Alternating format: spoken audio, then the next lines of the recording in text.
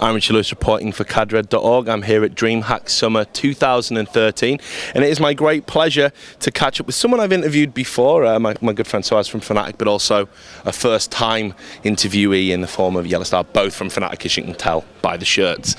So, first question, let's talk about LCS and the upcoming summer season, summer split. I got to catch your first game back in the hotel. I was like mega busy here, so I only got to watch the game against Gambit. Incredible, convincing performance from you guys. I think it really surprised a few people. What have you been doing to improve while we've had this off season? I don't think we really improved before during the split after the first season of LCS. I don't think any LCS team practiced that much because we had problem with visa and all this stuff, so none played that much, and Gambit lost Edward, which was pretty bad for them, I think. So yeah, they picked up a new player and they need to improve their team play, I think, and that's it. What's your take on it? I think it's really tough to lose a player before, like it was 1 week before the season 2, the second split.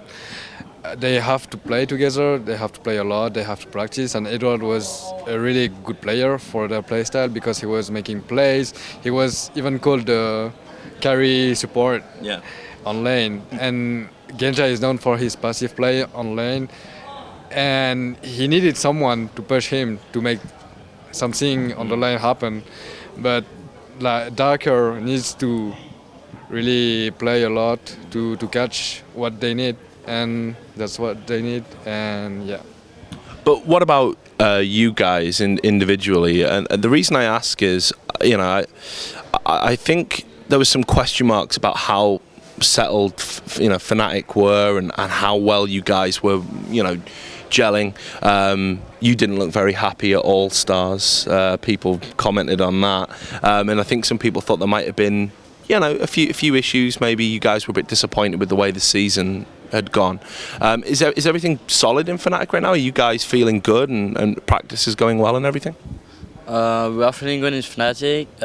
About All Stars, it's like people are wondering. It was like the first match of 1v1, and it was not even the final or whatever, so I just want someone. I was happy, but I didn't show it. It's just something like that. After when I won the final, I was happy, but still it didn't mean so much to me. It's like one-on-one. It's just about matchup, summoners, and all this stuff. So yeah, but about practicing, as I said, we prepared DreamHack, but not that much compared to other events we prepared before. So yeah, we just aim to win, but we will see. Okay. Again, you? Yeah. Actually, those last week we were playing a lot. I would say a lot, because we were practicing against new teams, especially because they are new, and you know that they want to win. They are really motivated because they didn't have the chance to make it in the first split, and so I think they've been playing the whole break.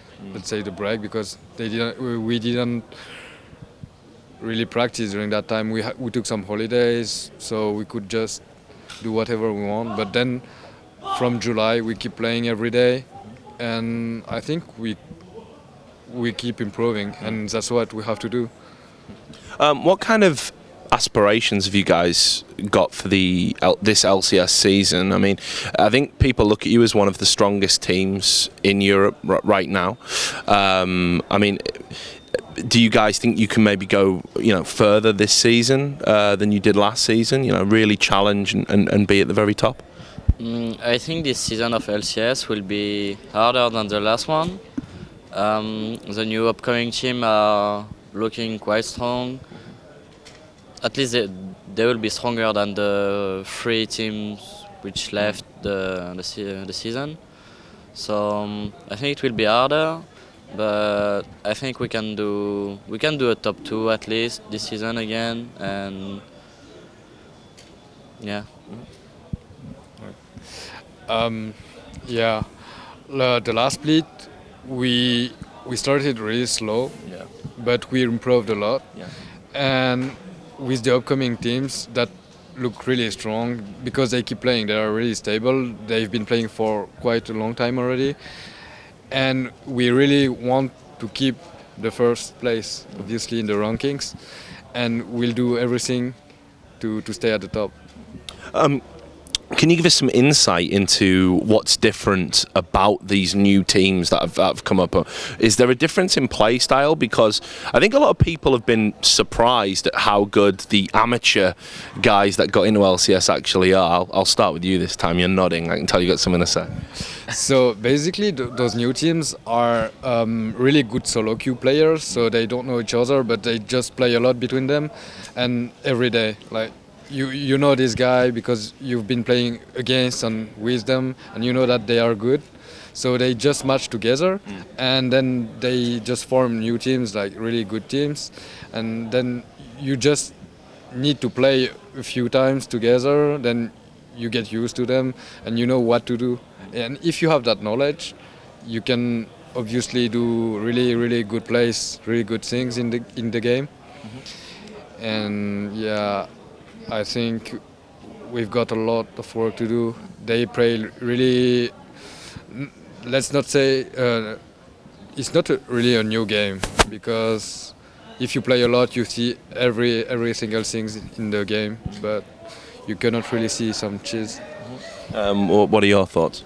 The difference between the new teams, I think it's about motivation, and we will see as well in the next week if they are stable, if they don't change some players and stuff like that. But yeah, about motivation, like when, for example, Dragonborn start losing like 4 games in a row, they are like, okay, we are just gonna try to win. They are not aiming to win anymore. Same for the Spanish guys. They are not motivated anymore at some point. So if they keep improving, like be on the top of the meta, right now about meta, the comparison between the first split and this one is like right now we are playing the Korean meta. It's like a lot of AP stop, bruiser mid or tanks like Malphite, and some new support like Nami. And yeah, right now we are playing the Korean meta, so I think everyone is at the same level about meta, and we just need to make new strategies and all this stuff.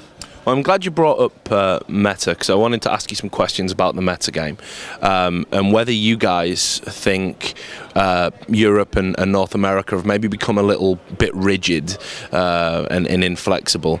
I see a lot of people saying, oh, this champion's not viable, this champion can't be used in this role, and then you'll see a Korean guy pick it up and he'll be brilliant with it, and then all of a sudden everyone's like, oh yeah, you can totally do that, it's going to work. So do you think we need to maybe open our minds a little bit about the meta game? Yeah, obviously, patch after patch, you can see any hero viable, but it's a bit hard to play because you don't really know them, what he's able to, and you know, for those new things, you have to play solo queue, you have to test them, you have to face them as well, because you can notice that, oh yeah, he's really good, so maybe why I should tell my teammates to play it, and why not try. I think like patch after patch it's changing, you see new heroes, you have reworks, and anything can happen.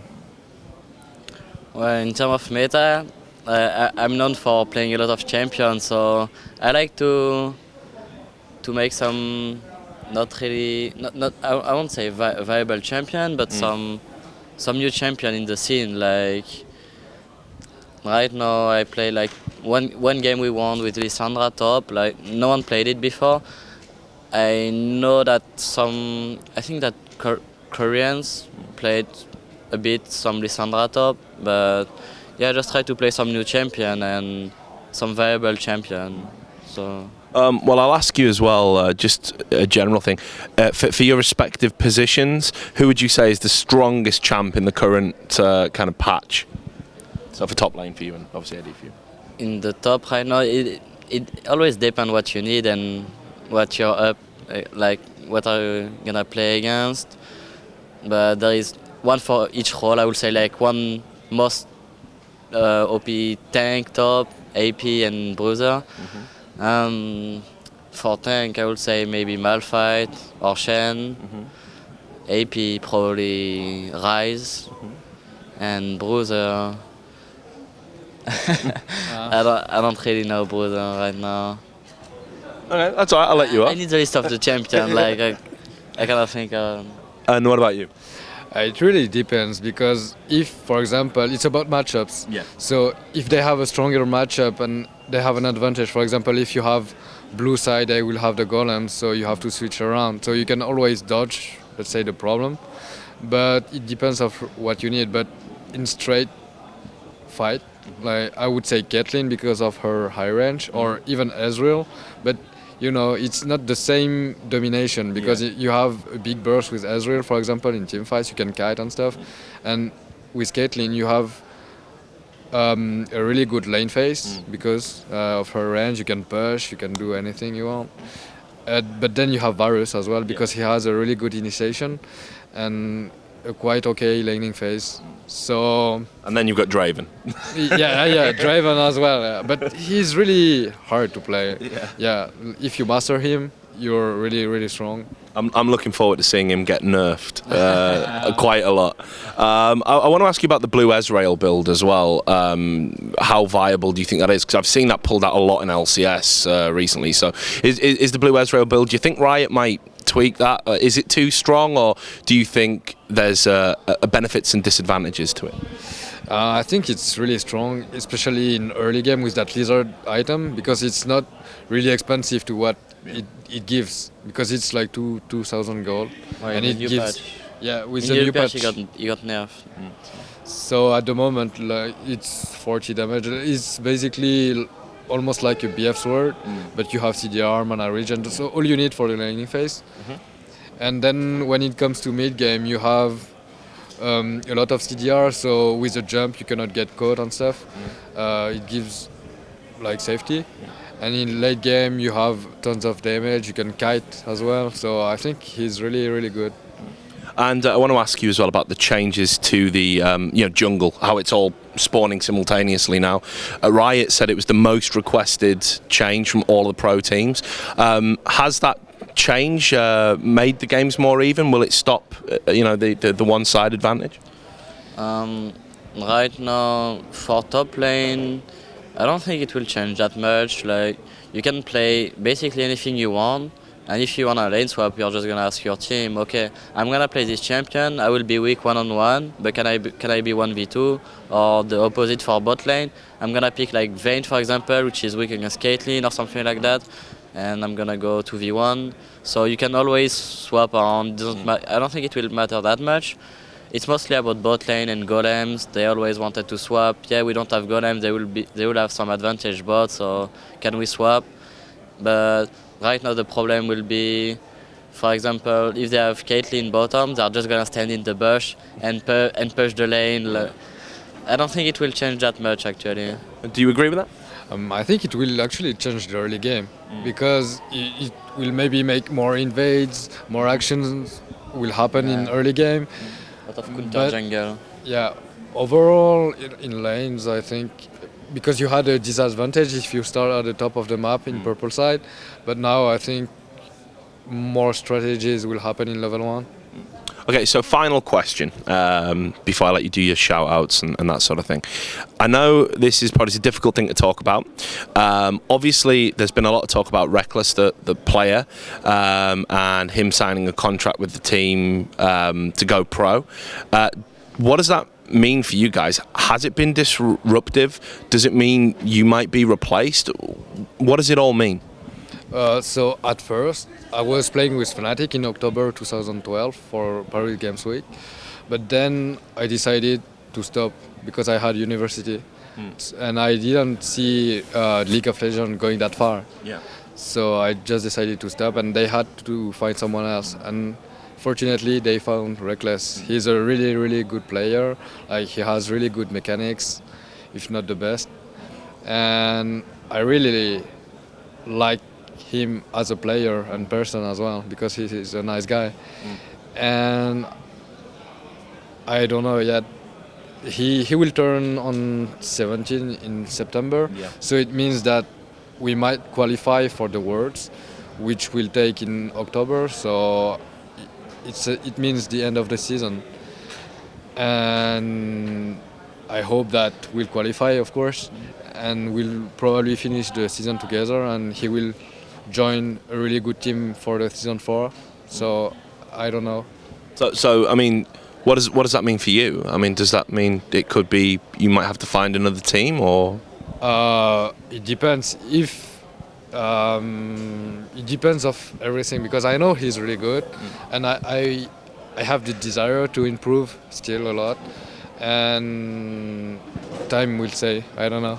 Well, I wish you all the best. I know it's a difficult situation, and thanks for addressing the question. Okay, so I know you've got sponsors. I can see them on your shirt. I'll let you do the thanks and the shout-outs. Is there any sponsors you need to say anything about? Thanks to all the sponsors you can see on the shirt. Thanks for fnatic and for you, for the interview, and all the fans, of course. And thanks very much for agreeing to do it. Great to meet you as well for the first time, and great to catch up with you again. So there we have it. That was fnatic. They're going to be playing their LCS games tonight. Make sure you follow those. I think, is it Ninjas in Pyjamas is one of the games you've got tonight? MYM, sorry. There you go. So that's going to be a great game.